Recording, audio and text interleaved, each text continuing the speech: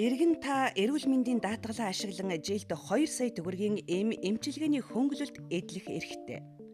Энэ бол даатгуулагч хүн бүрийн авах ёстой үйлчилгээ юм. Эрүүл мэндийн даатгалаар дамжуулан иргэдийн хамгийн их авдаг үйлчилгээ бол хөнгөлөлттэй юм байдаг. Тийм ч учраас сар бүрийн эхэнд өрхийн эмнэлэг, эмийн сангууд хөлд дарагдаж ачаалал хэтэрдэг байсан нь одоо үгүй болжээ. Энэ бол 10 дугаар сарын 2-ны өдөр буюу сарын эхний өдөр. Ахмадууд дараалалгүй үйлчлүүлж байна. Чихээс дахин хүн сэрүүхэн болсон байдаг юм байна л да. Уралд чинь бид нар өстэй нөгөө гадаа дутаагүй очролдог хэцүү дэс. Энэ таны тодоо. Ингээд нийт 20,800 болж байна. Би танд ачаал бол одоо байхгүй болсон байна шүү дээ. Тий. Хуучин ч одоо бид нар ч өглөө өрөөр ирээл энэ гадаа очрлол тэгэл ороод энэ дотор ч бужигнаал. Тэгээ одоо үйлчлүүлж байгаа бидэнд ч хүндрэлтэй, үйлчилж байгаа улсуудад ч хүндрэлтэй тийм л байсан шүү дээ. Тэгээ одоо бол тийм ерөөс байхгүй болсон байна. Маш сайхан болсон байна тий. Энэ захим юунд нэвтэрснээс хойш бол ер нь гоё болж. Настай хүмүүст ойлгомжгүй зүйл байна уу энэ захим систем дээр? Тэгээ энд ойлгомжгүй юм юу ах вэ? Ерөөсөө одоо өөрийнхөө эмчтэр очиад эмээ бичүүлээ авчиж байна. Үзүүлж харуулад эмээ бичүүлээ авчина. Тэгээ одоо код өгнө. Тэр кодоо авчираад одоо эндээсээ эмээ авчиж байна. Эрүүл мэндийн даатгалын байгууллага 2018 оны 1-р сарын 1-ээс эхлэн бие дааж үйл ажиллагаа явуулж эхэлсэн. Ингээд даатгалаар олгодог хөнгөлөлттэй эмийн жагсаалтыг шинжилэн баталж, төсвөө нэмж, эмийн жорыг цахим хэлбэрт шилжүүлснээр сарын эхний өдрүүдэд ихсдэг байсан ачаалал буурч, иргэд сарын аль ч өдөр очсон өөрийн хэрэгцээтэй эмээ авдаг болсон нь энэ юм. Бидний баримтлсан зарчим бол үндсэндээ эрүүл мэндийн даатгалынхаа одоо хөнгөлтийг ашиглаж эмээ авч уудаг тэр зорилттой бүлгийн хүмүүс нөгөө ахмадууд маань одоо зүрх судасны өвчтөй байнгын даралтны юм уу ахмадууд маань эсвэл одоо хүүхдүүд маань тэдгээр зориулсан эмийнхэн хөнгөлөх хувь хэмжээг бид нар багасгаагүй. Хоёрдугаарт тэдгээр хүмүүсийн ууж хэрглэж хэвшиж байгаа эмийг нь энэ жагсаалтаас хасаагүй. Хэвээр нь үлдээсэн. За ийм байдлаар ингээд шийдсэн байгаа. Үүний үр дүнд бас зарим одоо эрүүл мэндийн даатгалын сангийн хөнгөлтийн одоо энэ төсвийнх нь нөгөө 29 төгрөмийнх нь бараг талаас илүү хувийг нь 3-4хэн эмэнд үнэтэй эмд аваад идэг байсныг бид нар зохистой болгож ингэж шийдсэн байгаа. Шийдэхдээ зорилт төлөвлөгийн хүмүүс нь авъя гэсэн эмээ өөрийнхөө тэр 80% хөнгөлүүлээд хуучин авч чанаар авч чаддаг хэмжээнд нь ингэж байх хэмжээгээр нь ингэж шийдсэн байгаа. Эмийн нэр төрлийг сонгохдоо зайлшгүй шаардлагатай эмийн 8 дугаар жагсаалтан дээр үндэслэсэн. 8 дугаар жагсаалтан дээр нийтийн үйлчлэгээтэй эмийн сангаар жороор олгогддог эмүүдийг л даатгалын жагсаалтад оруулсан байгаа. Тэгээд манай улсад бол нийт 6,000 орчим эм бүртгэлтэй байгаа. Тэрнээс зайлшгүй шаардлагатай эмийн жагсаалтад 2,000 байгаа. 2,000 нь тэр зайлшгүй шаардлагатай эмээсээ бид нар яаж яагаад 800 болгоцсон бэ гэвэл тэрнээс нөгөө тарилгын эмийн хэлбэрийг хассан. Мөн жоргүй олгогддог эмүүдийг хассан. Бид нар жоргүй олгогддог эм бол даатгуулагч өөрөө эмийн санд очиод өөрөө эмийн сандчтайгаа зөвлөлдөөл авах өвчин намдаах юм ханиадны тийм хөвчлэн их хямд өртөгтэй эмүүд байдаг. Жороор олгогддог эмүүдийг ингэж оруулсан. Тэгээд тэндээсээ 1000 гаруй үлдснээс зарим нь бол манай улсын бүртгэл бүртгэгдээгүй байсан.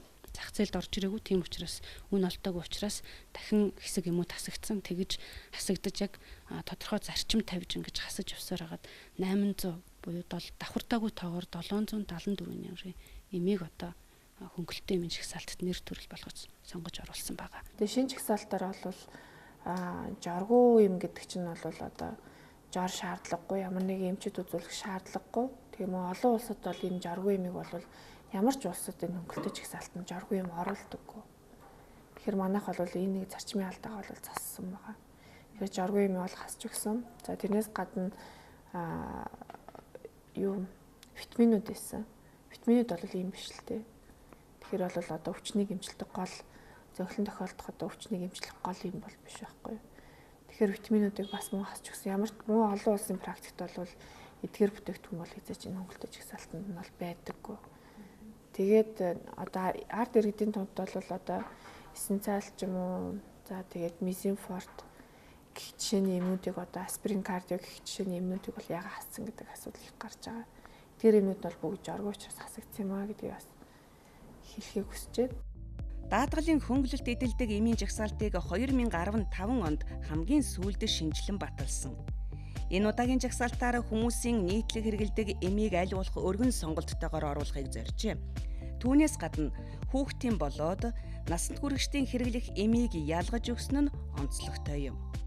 Нөгөө хөнгөлөлтөд жагсаалт маань бол өнгөрсөн жилээс бас нэлээд ялгаатай гарсан л та. Тэр нь болохоор насанд хүрсэн үнийг хүүхдийнх гэж хоёр янзаар гарсан. Тэгэхээр хүүхдийнх яагаад тустай гарсан гэхээр ер нь бол олон улс дэлхийн эрүүл мэндийн байгууллага ер нь бусад улсууд бол бас хүүхдийн жагсаалт гэж тустай явдаг. Тэгэхээр нөгөө хүүхдийн дунд зохилон тохиолдох өвчин бас том хүнээс арай ялгаатай. Жишээ манай улсад бол амьсгалын замын өвчин аяг их байдаг. Тэгэхээр хүүхдийн одоо амьсгалын замын өвчнийг бол тусдаа ороод том хүнээс нь бол нэг 30-аас 50% хөнгөлж байгаа хүүхдэд 80% хөнгөлөхөөр оруулж өгсөн байгаа бодлого хэмжээнд. Тэгэхээр хүүхдийн жагсаалтанд байгаа амьсгалын юм арай илүү хямдхан гэж болно. За тэгээд тэрнээс гадна манай эмчнэр бас нөгөө хүүхдийнхаа насны бүлэг тохироогүй одоо буруу тунтай, өндөр тунтай том хүний эмийг хүүхдэд аяг бичдэг нийтлэг алдаа их байдаг. Тэгэхээр хүүхдийн жагсаалтыг одоо тавьж өгсөн гол бас нэг бодлогын асуудал нь бол одоо ингэ хөнгөлтийнхөө одоо яг одоо зөв эмийг нь насанд нь тохирсон одоо зөв зохистой эмийг л одоо бас сонгуулах гэж юм хоёр тусдаа жагсаалт бол гарсан байна. Илгэний БЦ вирусын эмнүүдийн талаар бол ярихад манай хөнгөлөлтөд жагсаалт нь бол одоо нийтийн үйлчлэгээтэй одоо даатгалаар олгодог бүх эмийн сангуудаар бол Б-гийн вирусын эмийг бол одоо ямар ч асуудалгүй олгож байгаа. А С вирусын эм нь бол одоо зөвхөн манайтай гэрээтэй 150 эмийн санал тусдаа олгодог. Тэгэхээр тэр С-гийн вирусын эм бол анхан шатны одоо илрүүлэг гэж байгаа. Дараа нь тоолуулна.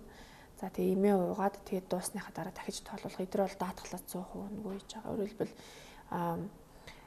тэр бүх шинжилгээнүүд өнгөгөөс гадна дээрэс нь одоо С вирусын эм 210 мянган төгрөгийг даатгалаас 100% тааж байгаа. Тийм учраас С вирусын эмийг бол одоо улс бол тэр чигээр өнгөө өгж байгаа. А Б вирусын эмийг бол одоо альч хөнгөлөлтөд жагсаалтын үйлчилгээ эмийн сангаас ороод тэгээд өөрийнхөө одоо боломж бололцоонд санхүүдэд тохируулаад мөн л адилхан хямдханаас ахуулаад одоо арай жоохон үнэтэй гэж сонголтоо хийгээд авчиж болно. Б вирусын эм бол хөнгөлөлтөд жагсаалтын 10 худалдааны нэр эм бол гарсан байна. Эмийн үнэ буулгах бас бодлогын арга хэмжээгэн дээр шинээр авч хэрэгжүүлсэн.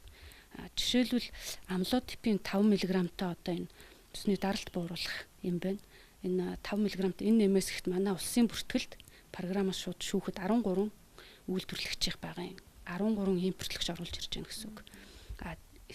Тэдгээр эмийг бид нэр бүгдийг одоо ингээд програмаас шүүж аваад тэгээд үнийг одоо зах зээлээс эмийн сангуудаас жижиглэнгүй үнийн судалгаагаар аваад тавьсан байгаа. Жишээлбэл амлодипин 5 мг-тай амлорин гэдэг нэг юм байгаа. Номер 30 ширхэгтэй 7500 төгрөг 30 ширхэгтэй. Тэгж яхад энэ нэмийг бол бид нар 80% хөнгөлсөн.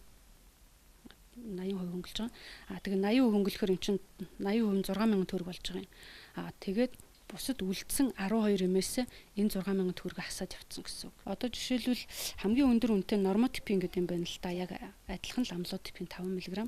Энэ нормотипин юм бол 17700 төгрөг байгаа юм. 30 ширхэгтэй адилхан одоо савлалтын хэмжээний адилхан гэсэн үг.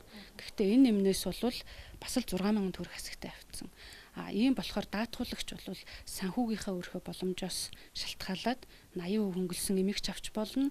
Өөрөө хүсэх юм бол нормотипинийг арай илүү нэг 11000 төгрөг төлөөд авч болно гэсэн үг. Монгол улс маань одоо нийт эмийнхаа 90%-ийг бол импортоор оруулж ирдэг. Тэгэхээр 90% импортоор оруулж ирж байгаа гэхээр бид нар бол ханшаас маш их хамааралтай. 3 жилийн хугацаанд бол доллар өөрчлөгдсөн учраас яалтчгүй эмийн одоо дээд үн өөрчлөгдсөн. Тэгэхээр бид нар бол энэ жагсаалтыг гаргахдаа 30 эм ханган нийлүүлэх байгууллага хөдөө орон нутаг болон нийслэлийн эмийн сангууд эм холбоодоос бол эмийн үнийн санал авч исэн. Тэрнээс гадна одоо гал ерхий газраас бол бас эмийн орж ирж байгаа эмийн одоо мэдээг аваад тэгээ харьцуулж одоо энэ эмийнхаа үнийг дундчилж гаргасан байгаа. Тэгээд хүмүүс бас нэг хөнгөлтийн хувийг бууруулчлаа гэж яриад байгаа тийм. Тэгэхээр бид түр ярьсан яаж энэ 30,000 төгрөгөөр нэг хүнд юм өгөх үү, альс бол 3 хүнд юм өгөх үү гэдэг зарчмын асуудлын хүрээнд бол одоо ажлын хэсгээрээ тэг үндэсний зөвлөлөөрөө 30,000 хүнд одоо 3 юм өгсөн зөв юм байна гэдэг асуудлыг бол одоо бид нар бол хэрэгжүүлсэн байгаа. Эм гэдэг хоол биш. Тийм учраас эмийн үнийг тогтоохдоо нийтэд нь бууруулах, мөн эмийн зохистой хэрэглээг иргэдийн дунд бий болгох зохицуулалтуудыг оруулж өгчээ. Жишээ нь одоо антибиотик гэж байгаа тийм ээ. Тэгэхээр антибиотикийг бол одоо сүүлийн үед хүмүүс бол одоо ханиад төрхөөр антибиотик уудаг гэж буруу ойлголттой явдгаас одоо манай эмнэлгийн практикт бол одоо супер нян гэж би болсон. Өөрөөр хэлбэл ямар ч антибиотик дарагдах байлцсан.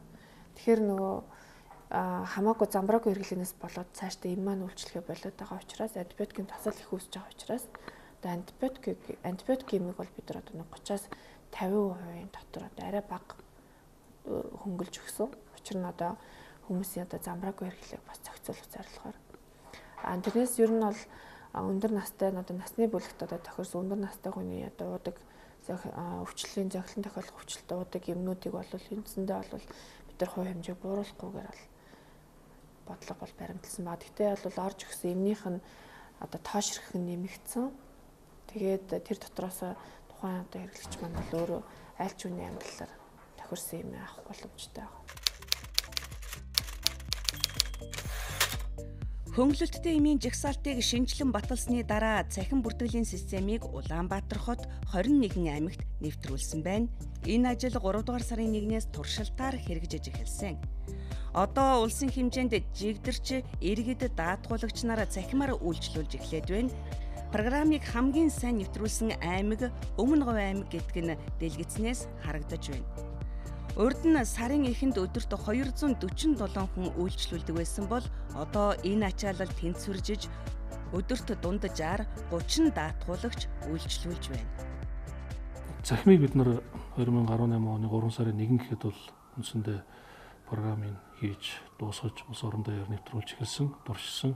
4 сарын 1 гэхэд бол бүх улсын хэмжээнд тавьсан байна. За цахимын одоо үр хөрөөл нь юу байсан бэ гэвэл одоо хин гэдэг эмч, хин гэдэг даатгуулагчид ямар онш тавиад ямар эм бичиж байна.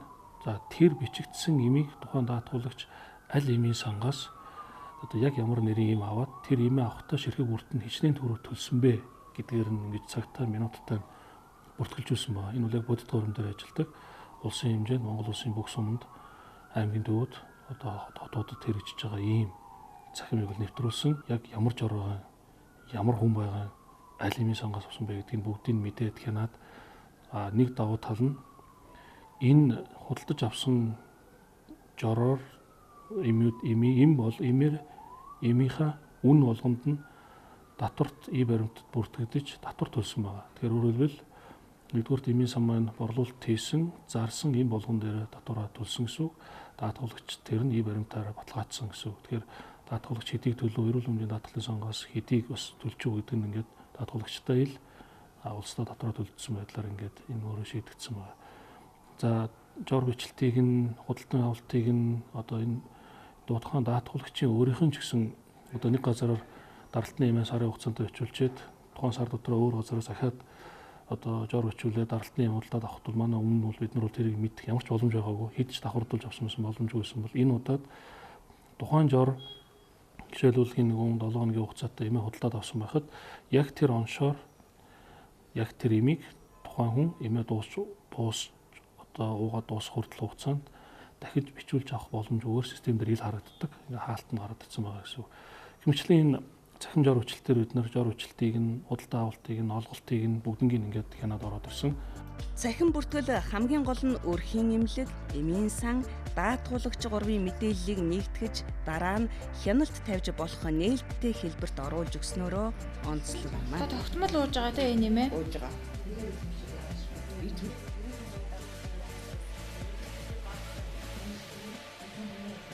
3 сарын кодоор тогтмол авч болно гэсэн үг шүү. Заа юу.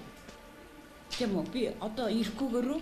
Тийм одоо тэгэхээр та энэ сард авна штэ. Тэгээ 11 сар 12 сард би ирэхгүй байж болно тийм ээ? Тийм ирэхгүй энэ кодоор юм авч ойлголоо. 10 сарыг одоо авчих юм чинь. За баярлалаа. За иргэдийн ачааллыг бууруулахад бол ер нь бол боломжтой. Гэхдээ нөгөө манай иргэд чинь сурцсан те дандаа л өглөө үдээс өмнө л эмнэлэг дээр очиж заавал үйлчлүүлэх хэрэгтэй юм шиг сандаг. Тэгэхээр ялангуяа хөнгөлтэй эмийн бичлэлтэн дээр бол үдээс хойш ирсэн ч гэсэн бид нэр биччихэл байгаа. Тэгээд заавал нэг сарын ихээр эмээ авах гээд ингээд очирлаад бүр ачаал нэмэл дээрэс нь бид нар өвчтөе үнэ үзмээр байна. Тэр хүн бас эмээ бичүүлмээр байна гэд ингээ бохиндаад идэг л да. Тэгэхээр ер нь бүтэн 8 цагаар ажиллаж байгаа юм чинь өдөөс хойштоо бас ирээд өөрийнхөө те заавал нөгөө яг өнөөдөр би авах хэрэгтэй миний эм өнөөдөр дуусч байгаадаа биш. Тэр хүн 7 хоногийн дотор эмээ авч болох учраас урьдчилаад нэг 7 хоногийн өмнө юм уу 3 хоногийн өмнө эмээ бичүүлэх юм боломж бол байдаг гэдгийг бас иргэдтэй хандж хэлмээр байна. Цахим жор нэвтэрснээр өрхөө эмнэлэг эмийн сангуудын хоорондын уялдаа холбоо одоо маш сайжирсан. Өрхийн эмнэлэг дээр жорыг зөв яг оншийн дагуу цаг хугацаатай бичээд тэгээ жор яг зөв системээрээ ирэхээр манай дээр одоо эмийн сангуудаар бол одоо ачаал үүсгэн багасч байна. Одоо бүтэн сарын эмийг урд нь бол улсууд 2 хоногт багтааж авах гээд сандраад өрхийн эмнэлэг дээр бүгдээрээ очирлоо. Тэр дорыг бичүүлж ирээд эмийн сандаар бас буун ачаал үүсгдэг байсан. Одоо бол яг 10 минутынхаа зайтай жороо бичснийхаа үндсэн дээр ирж байгаа усууд маань бараг эмээ сандар 5-10 минутын зайтай ирээд ачаал сайхан жиг туйрлагдаад бүтэн сарын турш одоо манай эмээ сан бол даатгалаар бол иргэдэд одоо чирэгдэлгүй үйлчлэж бол одоо чадж байна. Эрүүл мэндийн даатгалын цахим систем нэвтрэхээс өмнө иргэд өвдөөгүй байсан ч хөнгөлөлтөө жороор эм нөөцөж авдаг байсан. Хөнгөлөлтөө эмийн төсөв дууссан шалтгаанаар эмийн сан иргэдэд үйлчилдэггүй байв. Эмийн жор бичлэлт бүртгэлгүй, замбраагүй, хяналтгүй байсан. Олон ойлгомжгүй шалтгаанаар эмийн хүртээмж хүрэлцэхгүй тохиолдлууд байнга гарч байв. Эрүүл мэндийн даатгалын цахим систем нэвтрснээр эмчийн үзлэг уншилгоогоор иргэд өвдсөн үедээ л эмийн жор бичүүлдэг болсон. Эмчийн үзлэг оншилгоо жор бичлэлтийг бүртгэж хяндаг болсноор эмч нарын хариуцлага сайжирсан. Иргэд хөнгөлөлтөө эм авахдаа харьяалал харгалзалгүй үйлчлүүлэх боломжтой болсон. Даатгуулагч сарын турш хөнгөлөлтөө эм авах бололцоог бүрдүүлсэн тул хүндрэл чирэгдэлгүй болсон. Даатгуулагчийн худалдан авалт төлсөн төлбөр даатгалын хөнгөлөлтийн дүнг тухай бүртэнд бүртгэж хяндаг болсон. Эрүүл мэндийн даатгалын байгууллага эмийн сангуудын төсвийн гүйцэтгэл үлдэгдлийг шалгаж эмийн сангаа сонгож үйлчлүүлэх боломжийг олгосон.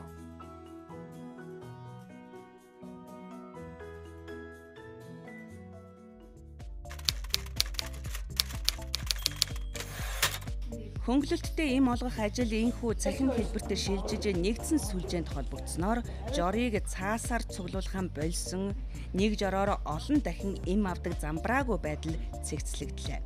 Хамгийн гол нь иргэд тухайн сарда аль ч өдөр очисон санхүүжилт дууссан гэдэг шалтгааныг эмийн сангийнхан хэлэхээ болжээ. За нийтдээ 29 тэрбум төгрөг эрүүл мэндийн даатгалын сангаас эмийн хөнгөлөлтөд одоо байдгаас 16 тэрбум төгрөг нийслэлээр 13 тэрбум төгрөг нь орон нутгт төр байдаг, хууртай байдаг. За тэгээд сундад бол маш бага хэмжээний ингээд төсөвлөгддөг юм байдалтай байсан. Тэгэхээр бол төсвийн хүртээмжгүй энэ байдлыг бол төсвийг бол нэмэгдүүлэхээс өөр аргагүй юм байдал байсан. Тийм учраас бид нар эрүүл мэндийн даатгалын үндсийн зөвлөлд танилцуулаад тэрнийхээ дагуу оны хагас жил дээр бид нар 2 тэрбум төгрөгөөр одоо зайлшгүй шаардлагатай эмийн хөнгөлөлтийг зулж байгаа төсөвдөр нэмж тавьж гисэн. Нэмэхдээ орон нутг руу төлхөө тавьж гисэн. 2 тэрбум төгрөгөөр хуваарлаад ингээд тавьж гисэн байна. За ингээд энэ 3 шаталсан арга хэмжээг хийсний үр дүнд яг өнөөдрийн байдлаар гэх юм бол 9 сар 8 сарын сүүл 9 сард бол сарын аль ч өдөр Монгол улсын хэмжээнд хүн жороо бичүүлээд эмээ авах болцоо үүссэн. Эрүүл мэндийн даатгалаа төлснөөр эмнэлэгт хэвтэн эмчлүүлэх, амбулаторийн үзлэг шинжилгээгээд олон үйлчилгээ даатгуулагч та авч байна.